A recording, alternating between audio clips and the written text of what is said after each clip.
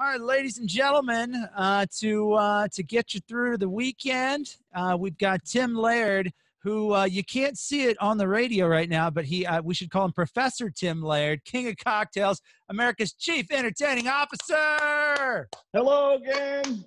Good to see you. So last week, Tim, we gave you some homework. We were trying to get in depth and like, Tim, you're always talking cocktails, but what's your favorite cocktail? And we kind of narrowed down some stuff, but I see you came prepared and then some. I'm ready to go. In fact, I went through and I thought, you know what? The cocktail I really love to make is the Classic Martini.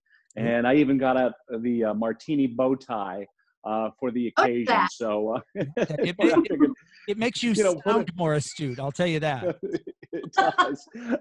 But anyway, here's the Classic Martini. Now, most people are getting away from having vermouth in them. They're offering them dry. Well, I say the vermouth has to be in there to make it a Classic Martini, but I'll share with you my recipe. But first, a little pre-work.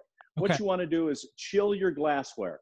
Either put it in the freezer, like you can see this one right here has been in the freezer, or at last minute, just fill up a martini glass with ice and water and throw that out before straining into your cocktail. Now, get your garnishes prepared ahead of time. The classic garnishes, either a lemon peel, cocktail onions, or I love olives, but I especially love blue cheese stuffed olives. And I just happen to have a fun gadget. It's called the Olivator. And no, it's not. You simply depress it into your favorite cheese. I like the blue. And then what you do is, it's got a plunger on one end. So we're going to put this in the opening of the olive, push down the plunger, and it will fill your olive perfectly, just like that. And now it's ready to garnish, ready to go, and boom, nice olive. So that's my fun olive. Now, let's build the Classic Martini. Now, I know James Bond said, shaken, not stirred, but I'll tell you what, either method works, because what you want to do is chill and dilute. So you can do that by shaking or stirring, whatever you want. I'm going to shake mine. And again, chilling and diluting. You want to dilute a little bit because that actually softens the spirit. So 2 ounces of your favorite gin, and then 3/4 of a good vermouth. And you want to buy a nice vermouth because it's a classic cocktail. Okay. And we want to give this a good shake because this whole thing is all about the chill. That's why we chill our glassware. And make sure your garnishes are chilled too, because if you put a hot olive into this, it's going to take the chill right out of it, So make sure that's all chilled too. Secrets of the nobody likes a hot olive, No. Oh, that's why. Great. We strain that into our chilled martini glass. Add our freshly stuffed chilled blue cheese olive, and there it is, the Classic Martini. Cheers. Watching you make it, it seems so simple, but a martini always seems like too complex for me to make one at home, if that makes any sense. It does, yeah. That's why we want to take the intimidation out of it.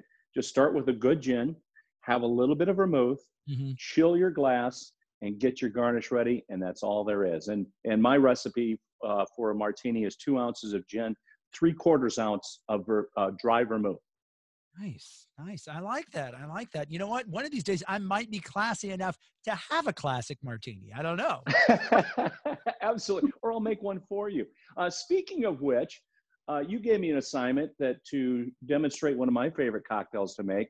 I would like you and MJ to send me your 2 favorite cocktails, and I will make them for you. Oh, MJ, you got any that come to mind? Well, I mean, the standard used to be, I love the Lily, but you've already done that. The standard used to be your Cuba Libre, your rum and Coke. That used to be my go-to. That would certainly be easy to make. You can make it better, Tim can.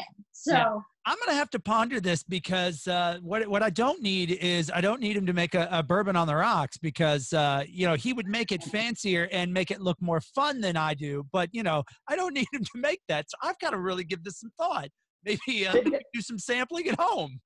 And the thought is, if you send me even like a simple cocktail, like the Cuba Libre, I could add a little twist to it too. So Okay. whatever your favorite is, I'll maybe add a twist to your favorite. How's that? I like it. I like it. This I could like be a bad thing, but I like it. Oh, this is awesome. Although Tim, that's not how this is supposed to work. We're supposed to give you assignments, not the other way around, man. Come on, come on. That's right. That's right. I thought I'd turn the tables. Anyway. All right. Well, okay. So next week, find out what we consider our favorite cocktails, and see how Tim Laird puts his own little special, unique twist for it. I like it. I like it. Yeah. Well, It'll be fun. So cheers, you guys. thanks, Tim. As always, if you want the classic martini recipe, we'll throw this up.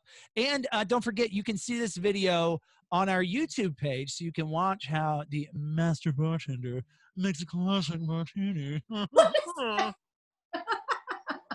And see the real bow tie. This is not a fake. It's not a clip-on. Oh, look at that. Oh, Bravo. you don't go to as many derbies as Tim does with a clip-on bow tie. That just doesn't happen. So there you go. Tim Laird, King of Cocktails, did it for us once again here on the Morning Play. Oh, I love it, Tim. That's Great. great. Can't believe you gave us homework. I do.